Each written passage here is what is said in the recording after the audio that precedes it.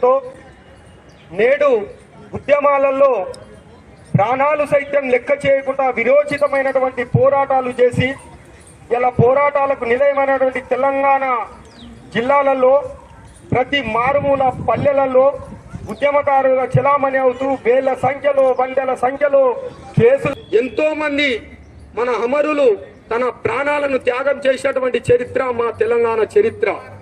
ఈ చరిత్రలో భాగస్వాములై వాళ్ళ యొక్క త్యాగాలపై నేర్చుకున్నటువంటి భవిష్యత్తులో అతిపెద్ద భూమి కోసం భుక్తి కోసం పోరాటం చేసినటువంటి ఒక ప్రాంతీయ పోరాటమే కాకుండా ఇలా జాతీయ పోరాటం చేయాలనే ఆలోచనకు వచ్చినటువంటి మా కామ్రేడ్ సిద్ధన్న గిట మరొకసారి నా యొక్క నమస్సు మాంజలి.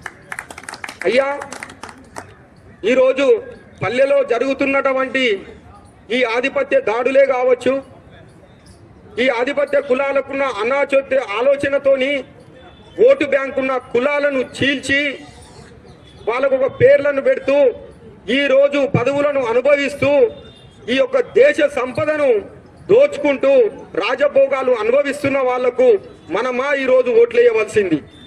మన ఓటు మనం వేసుకునే ధైర్యం మనకు లేనప్పుడు ఈ రాజ్యాన్ని మనం ఏ రకంగా ప్రశ్నిస్తామని చెప్పి గిట ఈ ఢిల్లీ వేదికగా నేను మిమ్మల్ని కోరడం జరుగుతుంది. అదే విధంగా భవిష్యత్తులో 1831లో దేశానికి స్వతంత్రం సిద్ధించినటువంటి బ్రిటిష్ వారి చేతిలో కులగణన జనగణన 10 సంవత్సరాలకోసారి జరిగినటువంటిది మన పుస్తకాలలో చరిత్రలలో మన పూర్వీకులు చెప్తున్నారు. మరి స్వతంత్రం సిద్ధించినాక కులగణన లేదు, జనగణన లేదు.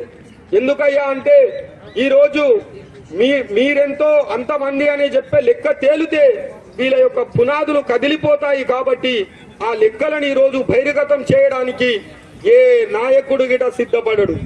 ఎందుకయ్యా అంటే ఈరోజు ఓట్లేసే యంత్రాలుగానే మనం పనికొస్తాం తప్ప మనం ఈరోజు రాజ్యాన్ని ఏలే స్థితిలో మనం లేననుకుంటున్నారు. కానీ ఈరోజు బీసీలో ఎంతో సున్నతమైనటువంటి ఎంతో మేధాశక్తి ఉన్నటువంటి బీసీ వర్గంలో ప్రొఫెసర్లు ఉన్నారు. ఈరోజు ఎంతో మంది మేధాసును నూరి రంగడించి పోసినటువంటి ఉద్యమకారులు ఉన్నారు. రేపు జరగబోయే అసెంబ్లీలో తెలంగాణ ప్రాంతంలో బీసీలు 42% ఉన్నటువంటి నిష్పత్తి ప్రకారం లెక్కలు తేల్చి ఢిల్లీకి వాళ్ళ పని కానిచ్చుకొని పంచాయతీని తీసుకొచ్చి ఢిల్లీలో వేసినారు. ఈరోజు ఢిల్లీలో పంచాయతీ పెట్టిన తర్వాత ఈరోజు ప్రాంతీయం నుంచి రావాలంటే జాతీయానికి రావాలంటే ఆర్థిక సమస్యలు ఉంటాయి, ఆలోచన విధానం రావాలి.